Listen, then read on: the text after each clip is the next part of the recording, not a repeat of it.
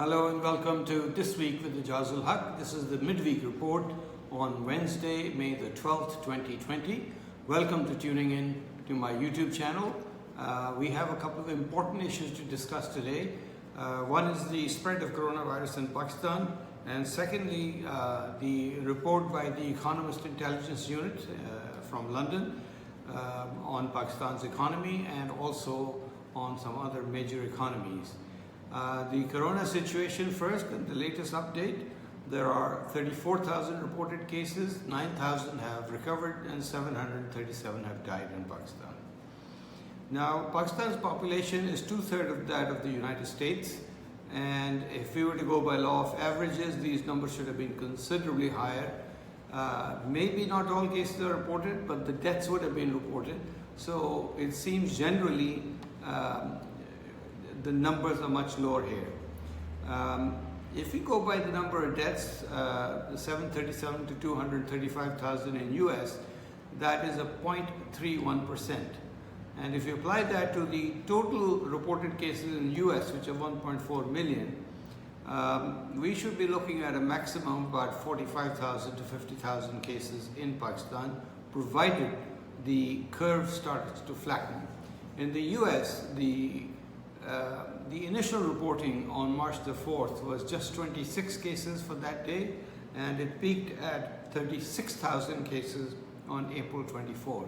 Since then, it has started declining, so it seems the US curve is flattening.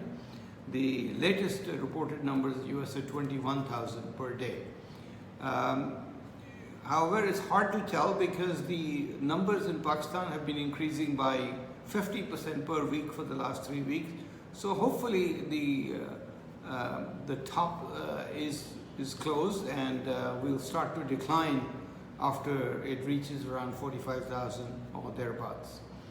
Now, on the Economist Intelligence Unit, very interesting report on the Pakistan economy and on the other economies.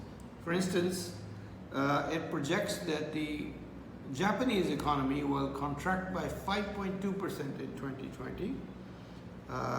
The Indian economy, the financial year is from April to March, so the 2020 year is closed already, and the figures have not come out as yet, but it probably is negative or close to zero. And the projected growth for 2021, i.e. April 20 to March 21, is 0.3% growth. For China, the projected growth is 1%. Singapore, a negative growth of 6%. Vietnam, which is the star of Asia, is a positive growth of 3%.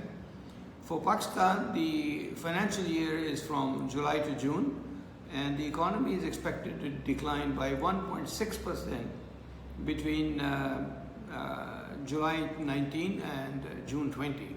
However, the projection for the next year by EIU is 2.9% growth, which is a very healthy sign, assuming that is what can be accomplished.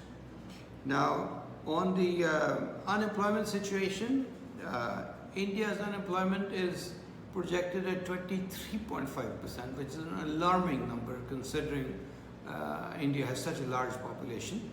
Pakistan's unemployment at this stage is 10.8% and is projected to go up to 14.7% by end of June.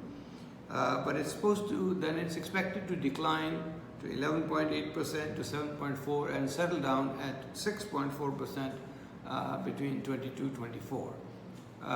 So this is quite interesting. Big economies seem to have suffered the most. Pakistan economy is a very different situation. When the previous government left office, they left a gift of 40 billion trade deficit and a $20 billion current account deficit. The trade deficit has now been brought down to 20 billion, and the current account deficit is almost at zero.